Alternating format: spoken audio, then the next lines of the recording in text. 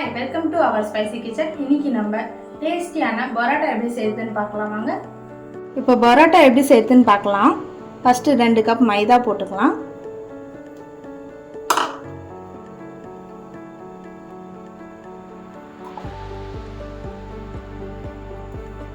தேவையான அளவு உப்பு போட்டுக்கோங்க.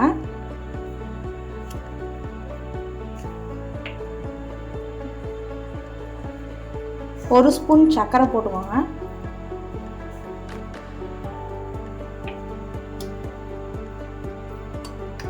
பேக்கிங் பவுட்ரு வந்து இது ஒரு 1/4 டீஸ்பூன் போட்டிருக்கேன்.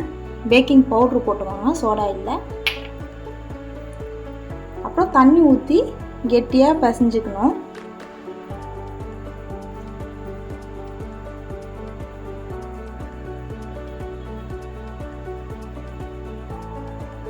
மைதா மாவு நல்லா இந்த மாதிரி சாஃப்டாக பிசைஞ்சுக்கோங்க.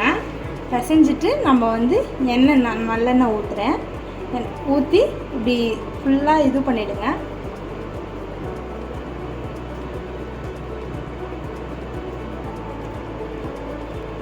ஃபுல்லாக சோக் பண்ணிவிடுங்க. நான் ஒரு 2 டேபிள் ஸ்பூன் எண்ணெய் ஊற்றிருக்கேன். ஊற்றி இந்த மாதிரி சோக் பண்ணிவிட்டு ஒரு துணியை போட்டு க்ளோஸ் பண்ணிவிடுங்க.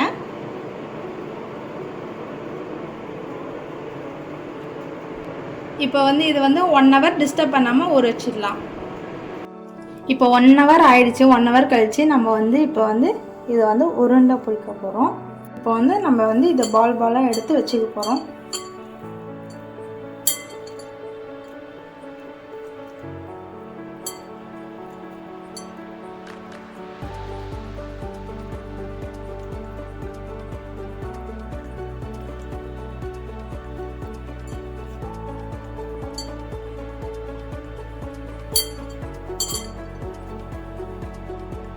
இப்போ பால் உருட்டிட்டு நம்ம வந்து இது மேலே லைட்டாக எண்ணெய் இது பண்ணி ஊற்றி ஒரு 1/2 ஹவர் அப்படியே வைக்க போகிறோம்.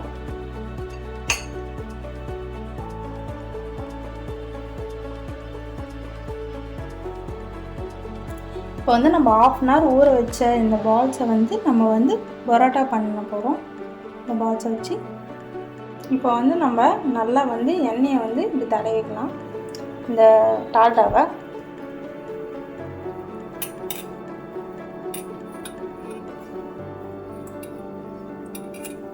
நம்ம எவ்வளோ பெருசுக்கு தட்டுவோமோ அவ்வளோ பெருசுக்கு எண்ணெய் தடவிடணும்.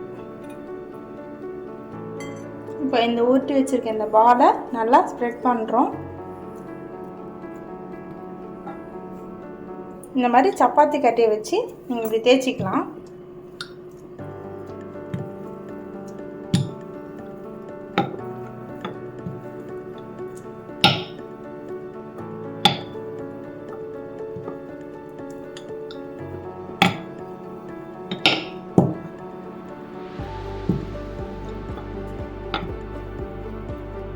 இந்த மாதிரி ஹோல்ஸ் வந்தாலும் பரவாயில்ல. நமக்கு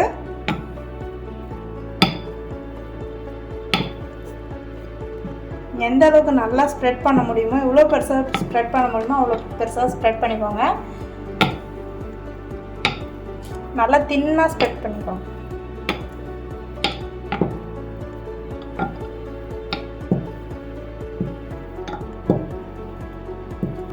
நல்லா இந்த மாதிரி ஸ்ப்ரெட் பண்ணதுக்கப்புறம் நம்ம வந்து இந்த மாதிரி கத்தி வச்சு நீட்டாக ஸ்லைஸ் பண்ணிக்கலாம்.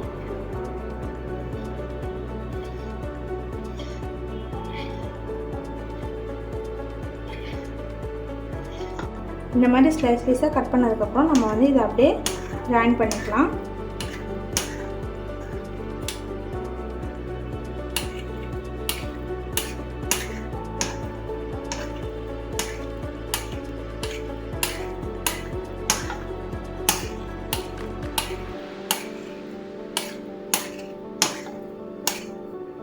இந்த மாதிரி எல்லாத்தையும் ஜாயின் பண்ணதுக்கப்புறம் இந்த மாதிரி நல்லா நம்ம வந்து இழுத்துக்கலாம்.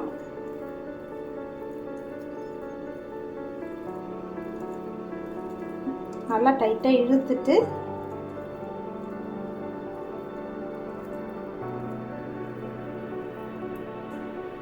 இந்த மாதிரி நல்லா டைட்டாக சுற்றணும்.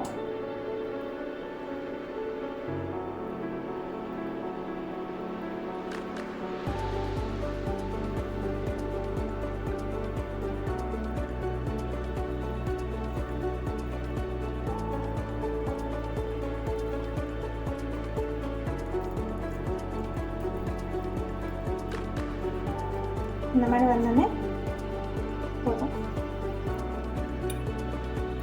இதுக்கு மேலே நம்ம வந்து இந்த மாதிரி ஆயில் ஊற்றி மறுபடியும் வனஸ்பதி டால்டா ஊற்றி இது பண்ணிக்கலாம், ஸ்ப்ரெட் பண்ணிக்கலாம்.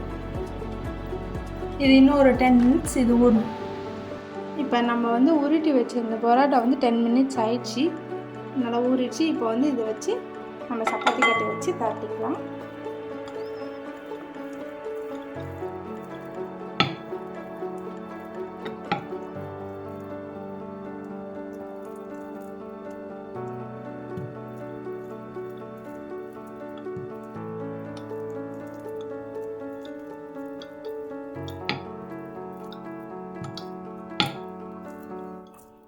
தோசை தவா நல்லா சூடானே நல்லா எண்ணெய் போட்டுக்கலாம்.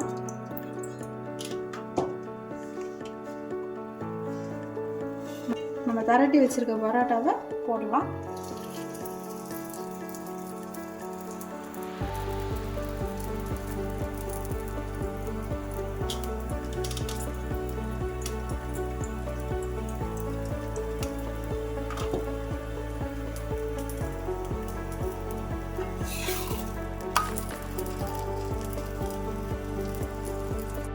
பரோட்டா இந்த மாதிரி ப்ரௌனிஷாக வந்தோடனே எடுத்துக்கலாம்.